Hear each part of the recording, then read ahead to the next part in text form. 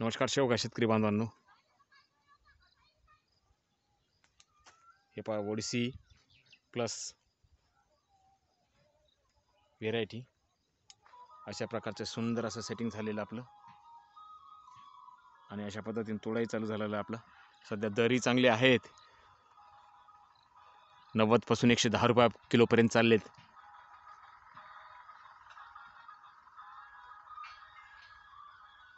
त्यामुळे चांगल्या क्वालिटीचं बियाणं लावा, दम धीर धरा व शेवगा शेती